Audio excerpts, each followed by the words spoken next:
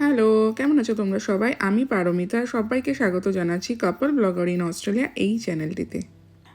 আজকে 25 ডিসেম্বর আর আমি আর আমার বর যাচ্ছি এখন সিডনি ওপেরা হাউসে। 25 ডিসেম্বর অস্ট্রেলিয়ার একটা দুর্দান্ত ছুটির দিন। ট্রেনটা একদমই ফাঁকা, যেটা আপনারা দেখলেন। আর আমরা নামবো সার্কুলার কি স্টেশনে। ওপেরা হাউস আসতে চাইলে ট্রেনে সার্কুলার কি স্টেশনটায় সব থেকে নিকটতম, মানে ট্রেন স্টেশন থেকে ওপেরা হাউস যেতে মোটে 5 মিনিট সময় লাগে। ট্রেনে ছাড়া আপনি বাসে অথবা ট্রামে করে ওপেরা হাউস যেতে পারেন, তবে আমার মনে হয় ট্রেনে করে যাওয়াটাই সব থেকে বেশি সহজ, কারণ ট্রেন স্টেশন থেকে ওপেরা হাউস মোটে 5 মিনিটের ডিস্টেন্স, যেটা খুব সহজে আপনি পৌঁছে যেতে পারবেন। আর একটা জিনিস, ওপেরা হাউসের আশেপাশে কিন্তু কার পার্কিং পাওয়াটা খুব চাপের, তার জন্য আমরা এখানে আসলে চট করে গাড়ি নিয়ে আসি না। এই দেখুন, বলতে বলতে প্রায় চলে এসেছি। আর ট্রেন স্টেশন থেকে বাইরে সিডনির হারবার ব্রিজটা কি সুন্দর দেখাচ্ছে। চলুন এবার স্টেশন থেকে বাইরে বেরোনো যাক। ওপেরা হাউসে যাব, থমকে দাঁড়ালাম এই ক্রিসমাস ট্রিটা দেখে। একদম ওপেরা হাউস ঢোকার মুখটাতেই এই ক্রিসমাস ট্রিটা সাজানো, যেটা দারুণ সুন্দর লাগছে। আজকে আমরা আরেকটা ক্রিসমাস ট্রিও দেখতে যাব, যেটা হচ্ছে মার্টিন প্লেসে। তবে এই ক্রিসমাস ট্রিটাও কিন্তু খুবই সুন্দর। আর এখানেও দেখলাম অনেক লোকজন দাঁড়িয়ে, তারা বেশ ফটো ক্লিক করছে। এই জায়গাতে দাঁড়িয়ে আমরা অনেক ফটো আর সেলফি ক্লিক করেছিলাম। মানে আমার বোন না, আমি ক্লিক করি সবসময়। ও বেশি ফটো নিলে নিজের ফটো নেয় না, ও শুধু আশেপাশের ফটো নিতে ভালোবাসে, আর আমি সেলফি নিতে ভালোবাসি। আর এই যে দেখছো সামনে পাখিগুলো, এই পাখিগুলো হচ্ছে মহাদুষ্টু।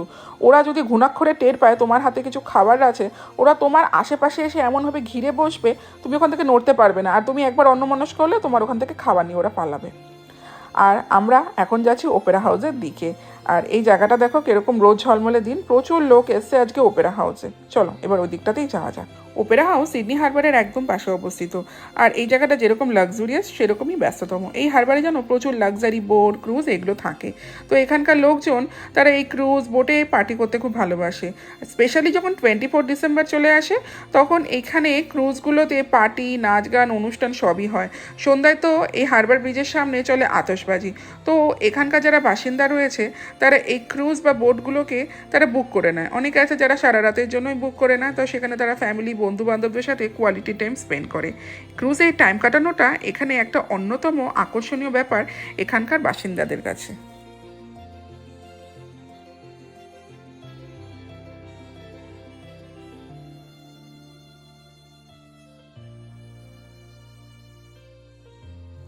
সারা পৃথিবী এখন সোয়েটার আর জ্যাকেট পরে কিন্তু 25 ডিসেম্বর মানাচ্ছে, আর অস্ট্রেলিয়াতে চিত্রটা একদম আলাদা। অস্ট্রেলিয়া যেহেতু পৃথিবীর দক্ষিণ দিকে অবস্থিত, তাই ইন্ডিয়ার ঋতুর সাথে না এখানকার ঋতুর কোনো মিল নেই। এই যে ইন্ডিয়াতে এখন শীতকাল, অস্ট্রেলিয়াতে হচ্ছে গরমকাল। তবে জানেন, এখানকার গরমটা না বেশ সহ্য করা যায়। ধরুন দিনের বেলাতে টেম্পারেচার অনেক সময় 40-42 ডিগ্রি হয়ে যাচ্ছে, ওমা সন্ধ্যা হতে না হতে টেম্পারেচারটা অনেকটা কমে যায়। সেটা একটা ভালো দিক। আর একটা জিনিস, এখানে গরমে না একটা ফোঁটা ঘাম দেয় না। আর যদি এখানে 2 দিন গরম থাকে, 3 দিনের দিন এখানে ফাটিয়ে বৃষ্টি হবে, যার ফলে টেম্পারেচারটা এখানে অনেকটাই ব্যালেন্স হয়ে যায়। গল্প করতে করতে একদম সিডনি হারবার ব্রিজ আর ওপেরা হাউস দুটোর সামনেই চলে এসেছি। এই জায়গাটা এতটাই দর্শনীয় যে লোকজন এখানে আসলেই ফটো নেবে। আর এটাকে বলা হয় অস্ট্রেলিয়ার হার্ট। মানে সিডনিতে আসলে লোকজন ওপেরা হাউস আর হারবার ব্রিজ দেখতে আসবে না, এটা একটা অসম্ভব ব্যাপার। আর সত্যি কথা বলতে, আমারও এই Sydney Opera house, Harbour bridge এই জায়গাটাতে এসে সময় কাটাতে ভীষণ ভালো লাগে। এই জায়গাটার ভাইবটাই এতটা সুন্দর যে আমারও এখানে বারবার আসতে মন চায়। আর এই হচ্ছে সিডনির ওপেরা হাউস, যেটা হচ্ছে সিডনির মূল আকর্ষণের কেন্দ্রবিন্দু। এই ওপেরা হাউস হচ্ছে বিশ্বমানের পারফরমেন্সের কেন্দ্র, যেখানে প্রতি বছর 1,500-এরও বেশি অনুষ্ঠান অনুষ্ঠিত করা হয়। ওপেরা হাউসের ভেতরে রয়েছে কনসার্ট হল, জোয়েন সাদারল্যান্ড থিয়েটার, তার সাথে অন্যান্য ছোট ছোট পারফরমেন্স করার স্থান। মূলত সঙ্গীত, থিয়েটার, নৃত্য এইগুলো এখানে পরিবেশন করা হয়। শুনেছি 1973 সালে অক্টোবর মাসে ব্রিটেনের রানী দ্বিতীয় এলিজাবেথ সিডনির ওপেরা হাউসটি আনুষ্ঠানিকভাবে উদ্বোধন করেছিলেন। আর এটি বর্তমানে ইউনেস্কোর অন্যতম ঐতিহ্যবাহী স্থানগুলোর মধ্যে একটি। ওপেরা হাউসটা দেখতে পাচ্ছি বন্ধ রয়েছে। জানেন, এই ওপেরা হাউসের ভেতরে না দারুণ একটা রেস্টুরেন্ট রয়েছে। আমার বান্ধবী আগে এসেছে, ও বলেছে খুব ভালো, কিন্তু আমার আসা হয়নি। যতবার আমি ওপেরা হাউসে এসেছি প্রত্যেকবারই দিনের বেলাতে আসা। রাত্রেবেলাতে শুনেছি ওপেরা হাউসের সৌন্দর্য 4 গুণ বৃদ্ধি পায়, যেটা আমি এখনও অবধি নিজের চোখে দেখিনি। তবে ইচ্ছা আছে একদিন রাত্রেবেলাতেই এখানে আসবো। এই ওপেরা হাউসের সৌন্দর্য এর স্ট্রাকচারটার জন্য, যেটা আমি শুনেছি ইন্সপায়ার্ড হয়েছে সমুদ্রের ঝিনুকের আকৃতি এবং পালতোলা নৌকার পালের শেপ থেকে।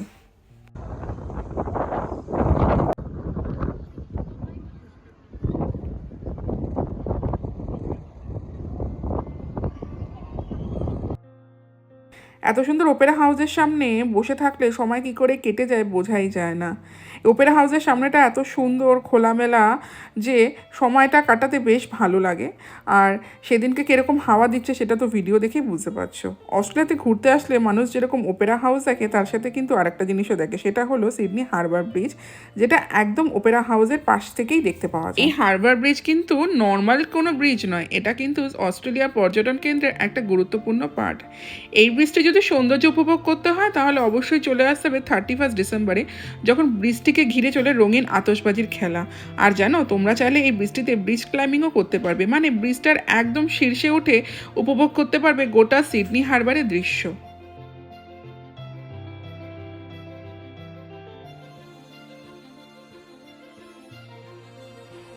বিকেল অবধি ওপেরা হাউসে সময় কাটিয়ে তারপর আমরা রওনা দিয়েছিলাম মার্টিন প্লেসের উদ্দেশ্যে। আর এই যে পার্কটা দেখছো, এই পার্কটার নাম হচ্ছে বোটানিক্যাল পার্ক, যেটা ওপেরা হাউসের পাশেই অবস্থিত। এখানেও প্রচুর লোকজন আসে ঘুরতে, আর এই পার্কটাও খুব সুন্দর করে সাজানো। তবে আজকে আর এই পার্কে যাওয়ার সময় হলো না, আগে আমি অবশ্য গেছি। কোনো দিন আবার সময় পেলে এই পার্কটাকে নিয়ে তোমাদেরকে ভিডিওতে দেখাবো। চলো এখন আস্তে আস্তে মার্টিন প্লেসের উদ্দেশ্যে রওনা দেওয়া যাক।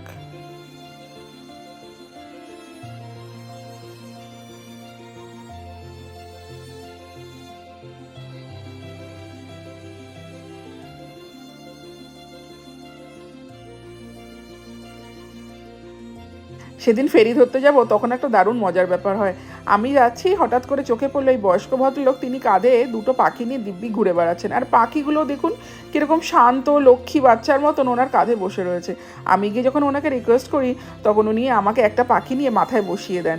আর দ্বীপের কাছে তো ছোট্ট পাখিটা নিজেই গিয়ে উড়ে গিয়ে তার কাঁধে যেতে বসে। সত্যি গো, কি সুন্দর, আমার এত ভালো লাগছিল।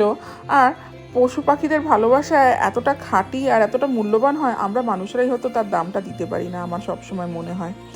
এইটা হওয়ার পরে তারপরে আমরা চলে গেছিলাম টার্মিনালে। আর টার্মিনালে গিয়ে আমরা ফেরি নিয়েছিলাম ডার্লিং হারবার যাব বলে।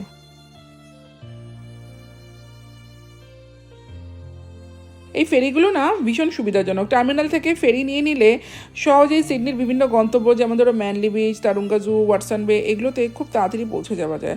আর জলের উপর দিয়ে সিডনির আশেপাশের মনোরম দৃশ্য খুব সুন্দরভাবে উপভোগ করা যায়। তার জন্য না পর্যটক খুব পছন্দ করে এই ফেরি রাইডটা। আমরাও বসে গেছি ফেরিতে, আর ফেরিটাও দুগ্গা দুগ্গা করে ছেড়ে দিয়েছে। জানো, ভাবছিলাম হয়তো ওপরে বসার জায়গাটাই পাবো না, কারণ অনেক ভিড় হয়ে গেছিলো। লোকজন না এসে ওপরটাতে বসতে ভীষণ ভালোবাসে। ফেরিতে দুটো লেভেল আছে অবশ্য, একটা এয়ার কন্ডিশন যেটা নিচতলায়, ওপরটা ওপেন, ওপরটা আবার অর্ধেকটা ওপেন অর্ধেকটা কভার।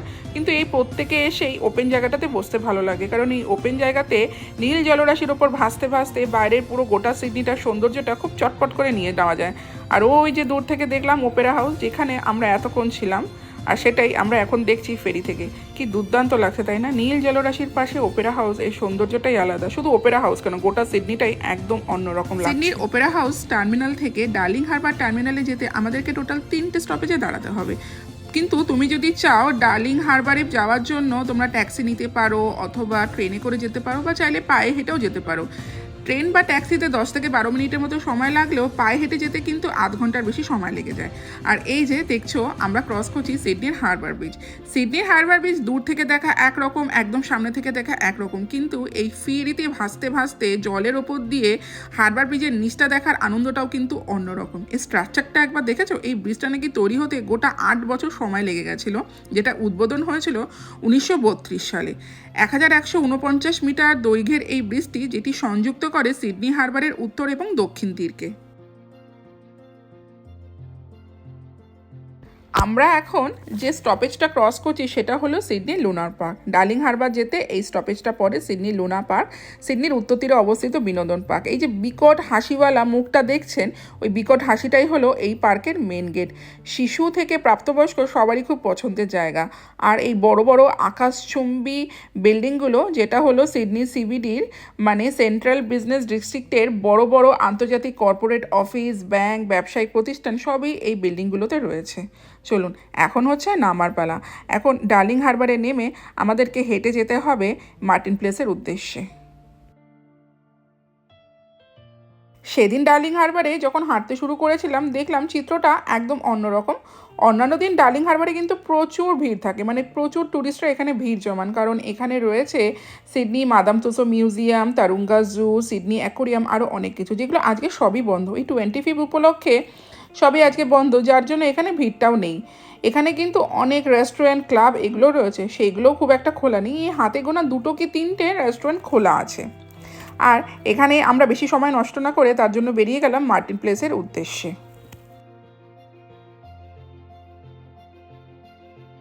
এই সামনে যে গম্বুজ আকৃতির বিল্ডিংটা দেখলেন, এটা হচ্ছে কুইন ভিক্টোরিয়া বিল্ডিং, যেটা তৈরি হয়েছিল 1898 সালে। এটার ব্যাপারেও অনেক কিছু বলার রয়েছে, কিন্তু তবে সেটা আজকের ব্লগে বলা সম্ভব নয়, নাহলে ব্লগটা অনেক লম্বা হয়ে যাবে। তবে শুধু এইটুকু বলতে চাই, পর্যটকরা যখন সিডনিতে আসে তারা এই বিল্ডিংটাতে অবশ্যই আসে। তার কারণ হচ্ছে এখানে রয়েছে প্রচুর ক্যাফে, রেস্তোরাঁ, শপিং করার নানা রকম অপশন। বিল্ডিংয়ের ভেতরে শুধু শপিং আর অবসর সময় কাটানোর জন্যই পর্যটকরা আসেন না, তারা আসেন এখানে বিল্ডিংয়ের ভেতরে যে সূক্ষ্ম নকশাগুলো রয়েছে, ডিজাইনগুলো রয়েছে সেটা দেখতে। এরই টানে বহু পর্যটক ছুটে আসে এই বিল্ডিংটাতে।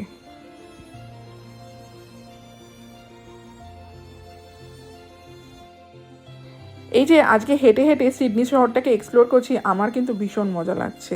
এখানে আসলে একটা জিনিসও তো, গাড়ি নিয়ে আসতাম আমরা, সবসময় গাড়িটাকে পার্ক করে আমরা আমাদের যে জায়গাটাতে যাবার থাকতো সেটা করে আবার গাড়িতে বসেই ফিরে যেতাম, সেটা একটা অন্যরকম মজা। কিন্তু এই যে পায়ে হেঁটে শহরটাকে এক্সপ্লোর করার মজাটাই আলাদা। আমার না সেই অফিস টাইমের কথা মনে পড়ে যাচ্ছে, যখন আমরা পার্ক স্ট্রিটে ক্রিসমাসের সময় পুরো হেঁটে বেড়াতাম। কেন হাঁটতাম, কিসের জন্য হাঁটতাম কিছুই জানি না, কিন্তু আমরা হেঁটে বেড়াতাম। আর এই যে এটা আসছে, এটা হলো সিডনি ট্রাম। এটাকে কিন্তু সিডনিতে লাইট রেলও বলা হয়। এখানকার লোকজন এই লাইট রেলে করে যাতায়াত করতে ভীষণ পছন্দ করে। যেদিনকে কলকাতায় ট্রামটা বন্ধ হয়ে গেছিলো সেদিনকে শুনে ভীষণ মন খারাপ করেছিল। যাই হোক, এখনও সিডনিতে ট্রাম আছে, এটা দেখে আমার ভীষণই ভালো লাগে।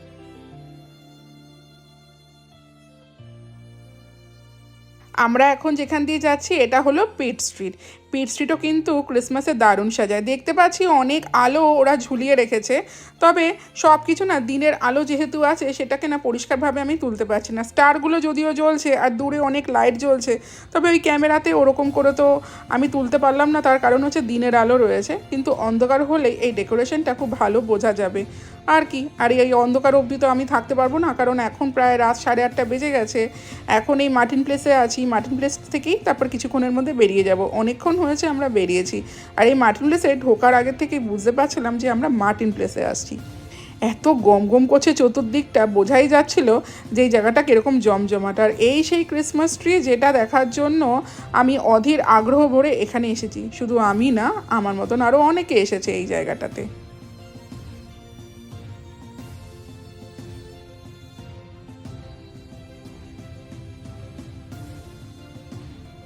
সেদিন যখন আমরা মার্টিন প্লেসে পৌঁছাই তখন শুরু হয় ক্রিসমাসের লাইট শো, যেটা ছিল এক কথায় অনবদ্য। গোটা ক্রিসমাস ট্রি জুড়ে ঝোলানো ছিল অনেক রকমের কালারিং বল, আর তার সাথে ছিল অজস্র ক্রিসমাসের জন্য এলইডি লাইট, যার আলোর ঝলকানি ছিল এক রকমের মারাত্মক একটা অভিজ্ঞতা। সেটা কখনো ছিল সবুজ, কখনো ছিল লাল, আবার কখনো ছিল হলুদ। ক্যামেরা যা দেখছো তার থেকে অনেক গুণ সুন্দর ছিল সেদিনকে লাইট শোর অভিজ্ঞতা। সেদিন যখন ক্রিসমাসের লাইট শো চলছিল, ঠিক তার পাশে একজন ভদ্রলোক দুর্ধর্ষ ভায়োলিন বাজাচ্ছিলেন। তার ভায়োলিনের আওয়াজ সেই সন্ধ্যাতে যোগ করেছিল আলাদা একটা মাত্রা।